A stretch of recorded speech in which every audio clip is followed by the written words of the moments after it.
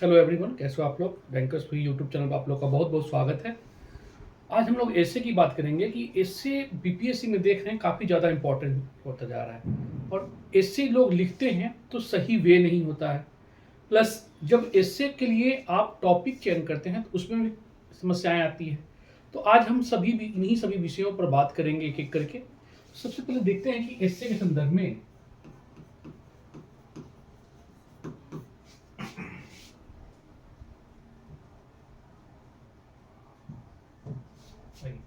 इससे में है। सबसे पहले आशय क्या है, इससे क्या उम्मीद आप लोग लगाते हैं।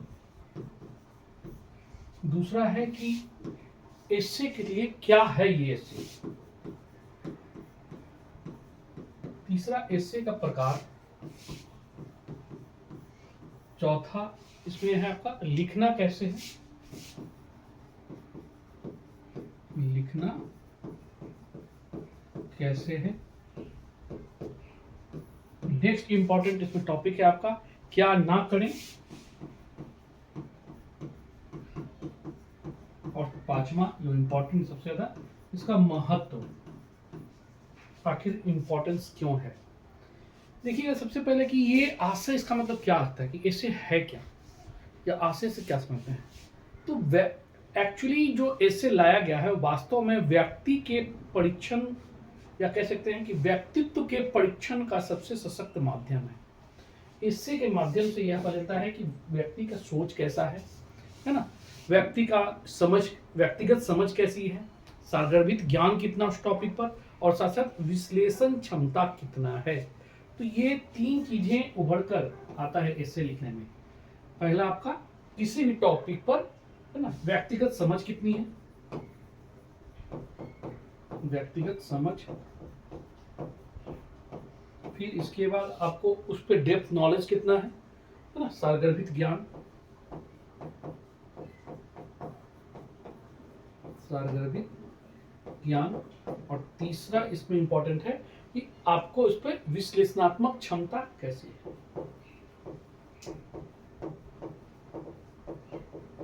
विश्लेषणात्मक क्षमता कैसी। तो ये इसीलिए एस्से को लाया गया है, लाने के पीछे जो उद्देश्य है ये जानना है।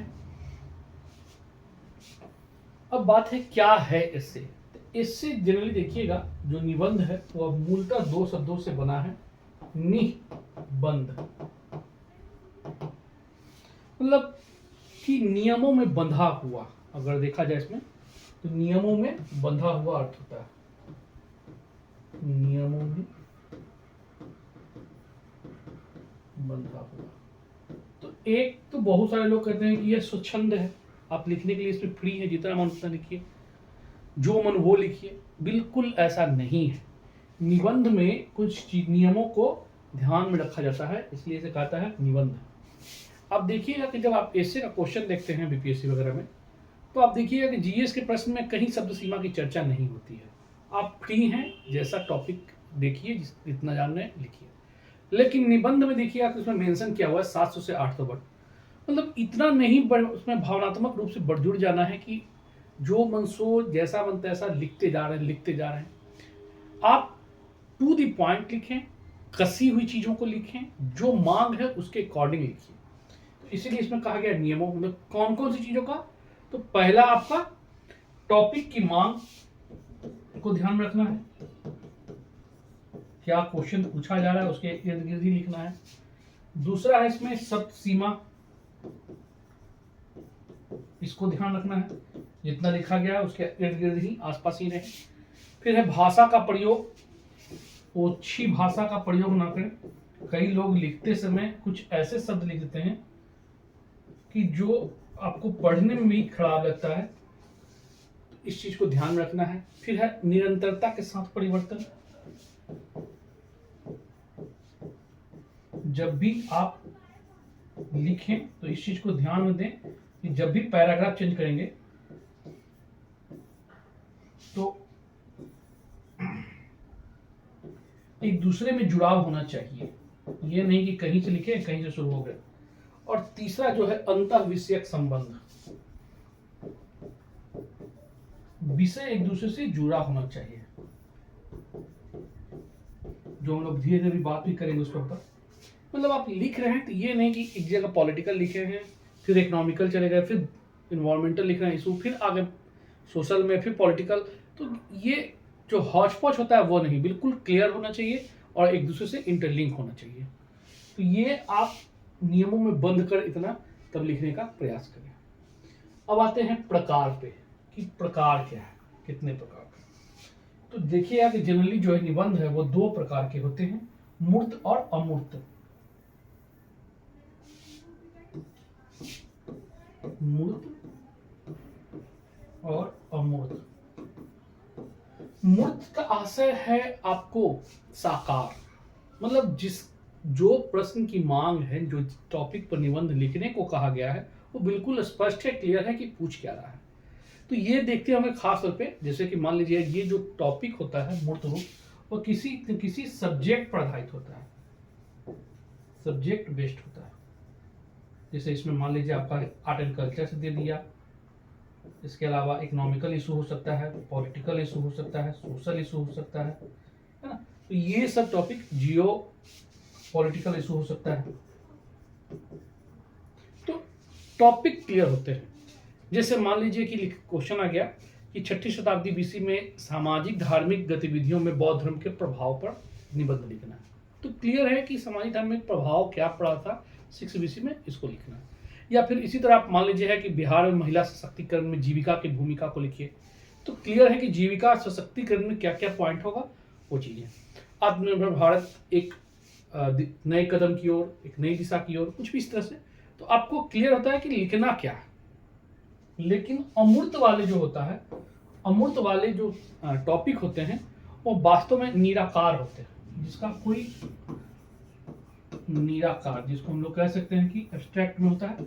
और ये शब्द जो ये टॉपिक होंगे वह किसी सब्जेक्ट बेस्ड पे नहीं होंगे, बल्कि वह दर्शन पर आधारित हो सकता है, किसी के विचार पर आधारित हो सकता है, या फिर लोकोक्ति वगैरह हो सकता है,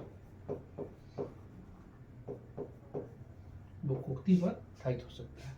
और इसमें सबसे पहले करना क्या है कि आपको भाव को समझना है कि आखिर पूछना क्या चाह रहा है, और तब लिखने का प्रयास करें। अक्सर होता क्या है कि जो अमूर्त वाले प्रश्न होते हैं लोग अटेम्प्ट तो कर देते हैं, लगता है इजी भी, लेकिन जैसे आप 10-20 लाइन लिखते हैं उसके बाद फिर आपको समस्या रहती है कि आपके पास उस टॉपिक पर बहुत ज़्यादा नॉलेज नहीं है। तो सब्जेक्ट, जब भी आप टॉपिक चयन करें तो इन चीज़ों को ध्यान में रखिए, उसको स्केचिंग कर लें तब लिखें। जैसे देखिएगा कि 68 बीपीएससी में एक क्वेश्चन आई थी कि जंगल अपने पेड़ स्वयं तैयार नहीं करते, यह लोगों के ये जंगल अपने पेड़ स्वयं तैयार करता है, यह लोगों के जंगल में आकर बीज फेंकने का इंतजार नहीं करता। इसी प्रकार देखिएगा कि एक क्वेश्चन, ये तो हो गया आपको, जैसे बुद्ध का जो अप दीपो भवा, अपना दीपक खुद बने, उस पर आधारित है। तो मतलब आपको अब किसी का इंतजार नहीं करना है, स्वयं से मेहनत करके आपको सफलता हासिल करनी है, ऐसा पॉइंट पे है।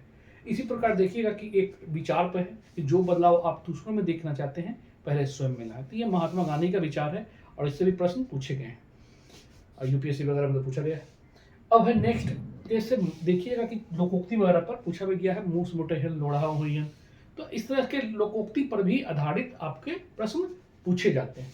तो आपको इन टॉपिक पर खास तौर पर लिखते समय अमूर्त वाले पर ध्यान रखना है और आपको स्केचिंग कर लेना है। अब है कि लिखना कैसे है। तो लिखने के लिए सबसे पहले तो आप ध्यान रखिएगा कि जब आप लिखने जाते हैं तो टॉपिक डिसाइड बहुत बड़ा की फैक्टर होता है। आप 12 में से 3 लिखना है बीपीएससी में, तो इस चीज को ध्यान दीजिएगा। और जब आप चयन करते हैं तो आप पहले सबको देखिएगा, जो एक सेगमेंट में, एक सेक्शन में 4 होगा, चारों को देखिए और थोड़ा समय दीजिए, क्योंकि इससे में समय बहुत जरूरी है आपको स्टार्टिंग में देना। आप उसको स्केचिंग कीजिए, उसका सही चयन कीजिए कि हाँ मैं इस पर लिख सकता हूँ, मेरे पास इस पर फैक्ट है, ये चीज़ है। तो लिखना कैसे, तो सबसे पहले टॉपिक का चयन में बहुत जरूरी ध्यान दीजिएगा, चयन बेहतर होना चाहिए। दूसरा है कि आप जब भी लिख रहे हो तो इसके हर डायमेंशन को, हर फलक को आप तोड़ने का प्रयास कीजिए, और इसके लिए पहले स्केचिंग कर लीजिए क्वेश्चन में ही, या एग्जाम में देखिएगा रफ कार्यों के लिए पेज अलग से होता है, तो आप उस पर स्केचिंग कर लीजिए कि क्या लिखना है, ऐसे फ्लो नहीं होगा, टूटेगा और आप बेहतर कर लीजिएगा। तीसरा है कि निरंतरता बनाए रखें। मतलब अगर किसी टॉपिक पर आप लिख रहे हैं तो पॉलिटिकल इशू एक जगह लिखें, इकोनॉमिकल एक जगह लिखें, सोशल इशू एक जगह लिखें, है ना, रिलीजियस अगर हो तो वो एक जगह लिखें, या फिर मान लीजिए आपका एनवायरमेंटल हो तो एक जगह लिखें। तो इससे क्या होगा कि एक निरंतरता बनी रहेगी और पढ़ने में मजा भी आएगा। तो तीसरा चीज है निरंतरता। और चौथी चीजें जो इंपॉर्टेंट है वह है आपका अनुपात। देखिएगा कि इसमें जो अनुपात है, तो किसी भी ऐसे का 15% आप लेके चलिए इंट्रो, 75% बॉडी पार्ट, और उसके बाद 10% जो बचा आपका कंक्लूजन। तो ये आपका रेशियो होना चाहिए इससे लिखते समय।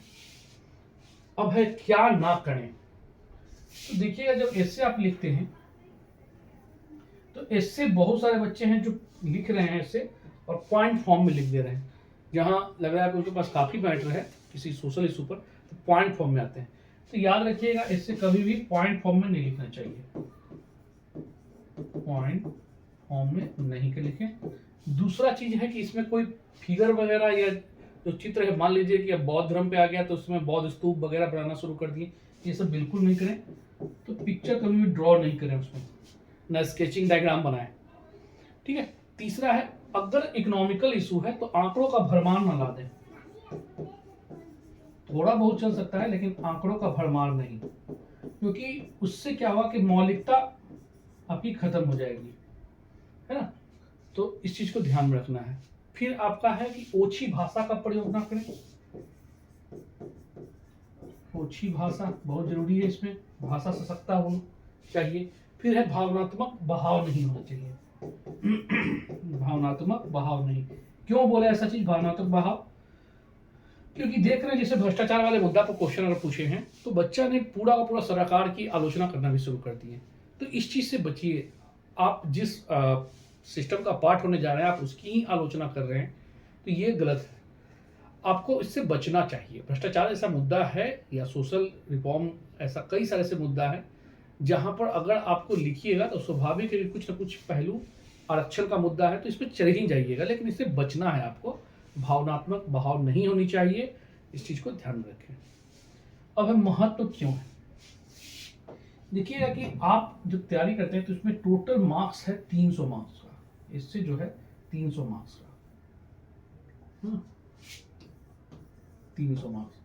अब यही लेके चलें कि आप कोई एक पेपर देखते हैं, पेपर 1 अगर बात करें तो पूरा का पूरा आर्ट एंड कल्चर और हिस्ट्री पार्ट हो गया, करेंट अफेयर्स हो गया, डीआई हो गया। या पार्ट 2 की बात करें तो पॉलिटी, फिर उसके बाद geo economy, then science and tech and environment. तो ये इतना आप पढ़ते हैं तब 300 मार्क्स होता है। तो आप इसी को कैसे छोड़ सकते हैं। आप बिल्कुल इस चीज को ध्यान में रखिए, इससे आपको न केवल टॉप कराने में भूमिका निभा सकता है बल्कि आपको रिजल्ट में भी बहुत बड़ी भूमिका इसका है। 300 मार्क्स यहाँ नहीं होता, आप इसमें कितना भी मेहनत कर लीजिए। पेपर 2 में आप देख रहे हैं स्कोर क्या जा रहा है, 130, 125, 150, शायद ही किसी के पास हो। 130-135 से यहीं तक सीमित है, लेकिन आप यहाँ पर 180, 190, 200 तक करीब पहुँच सकते हैं। तो इसको बिल्कुल आप अनदेखा ना करें। दूसरी चीज़ है कि इससे देखिए, आप जीएस पेपर में बहुत सी चीज़ें हैं जो आप पढ़ के जाते हैं, इर्द गिर्द भी रहता है तो आप लिख लेते हैं क्योंकि आपने हमेशा उसको पढ़ा है। लेकिन इससे में आपने कभी तैयारी नहीं की और खासतौर पे अमूर्त वाला पार्ट अगर आ गया तो आपका पेन तक नहीं चलेगा। सारी जो सोचने की जो क्षमता है ना वो बिल्कुल समाप्त से हो जाती है। तो आप बस बहुत कीजिएगा, 10-5 लाइन ऊपर नीचे इधर उधर की बातें करके सीमित रहेंगे। तो इसीलिए निबंध पर जरूर फोकस करें। निबंध आपको एक अच्छा स्कोर दिला सकता है, आपका रिजल्ट सुनिश्चित कर सकता है और टॉप में भी बहुत बड़ी भूमिका निभा सकता है। तो इससे पर कल से ही ध्यान दीजिए और डेली हम कह रहे हैं एक एस्से आपको लिखना है। कोई जरूरी नहीं है कि एस्से के लिए आप किसी कोचिंग संस्थान से जुड़े, आप पेपर पढ़ रहे हैं उसी के अकॉर्डिंग आप एस्से लिखें। आप एस्से की बुक ले लीजिए, उसको पढ़िए, 2-3 बार पढ़िए, फिर उसको लिखने का प्रयास कीजिए।